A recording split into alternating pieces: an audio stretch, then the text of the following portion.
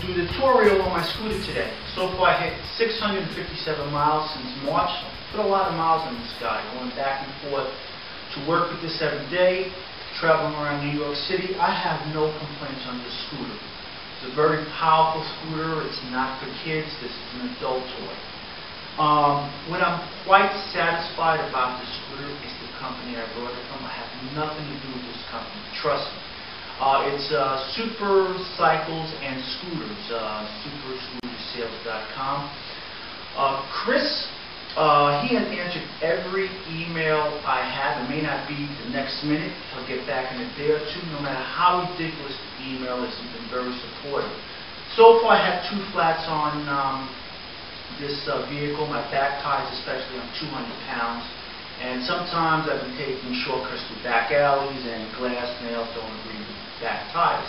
Well, anyway, I mentioned that to Chris, and I put the order in, and 2 or 3 days later, UPS is knocking on my door, and got my new tires, and they're vastly more beefier than the tires I have on this, which I'll show a picture later, a comparison this tire and the new tire I have. The regenerative brake system is very powerful. As you know, I reprogrammed it. It took me hell and back to reprogram this, but I knocked it down to about half of what it came out the factory.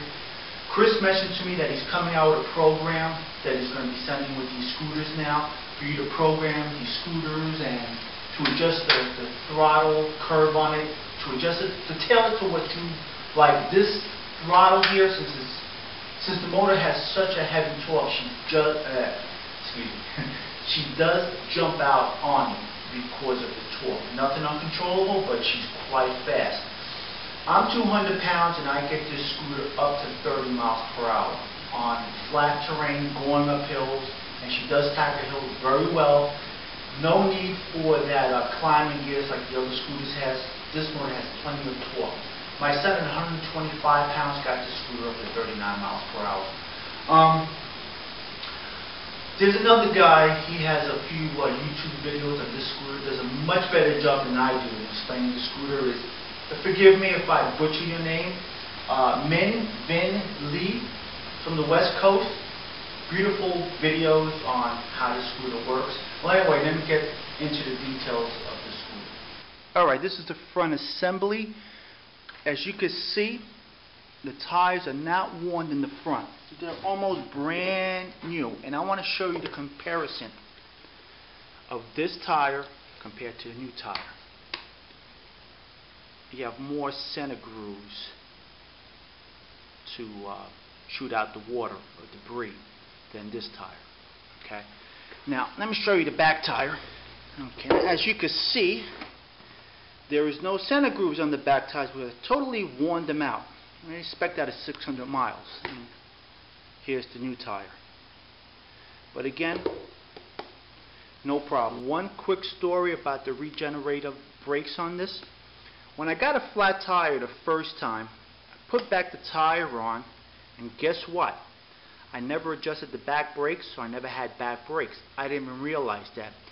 These regenerative brakes on its own is so powerful that they will bring you to a complete stop with no problem. I think after 200 miles I finally adjusted the back brakes.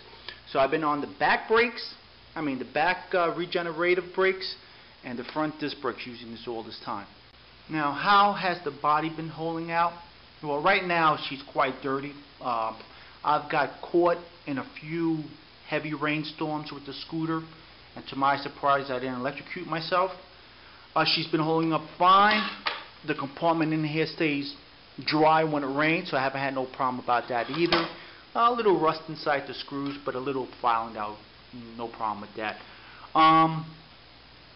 The front suspension, every once in a while these nuts will loosen up a little, so you get a little wiggle on the front end. When you feel that, you just retighten it up. You got the tools that comes included with this. Okay, the fork nut here, at the beginning she kept loosening up on me every 20 miles or so. I finally got somebody to come with a big wrench to hold the top part as I tightened the bottom part. Had no problem ever since. front brake's been holding up very well. That takes the bulk of the stopping with the regenerator brakes. As you can see, I got the original shock absorbers, and I see down in his updated version he has changed the shocks, but they've been holding out pretty well on me also.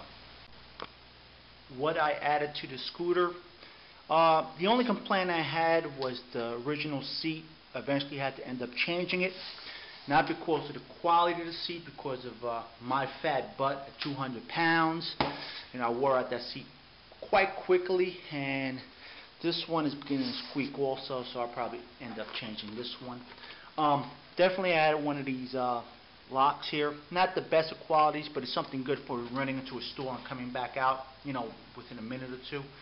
For long-term parking, I got some nice thick chains, a few of these padlocks in here because here in New York it will walk away.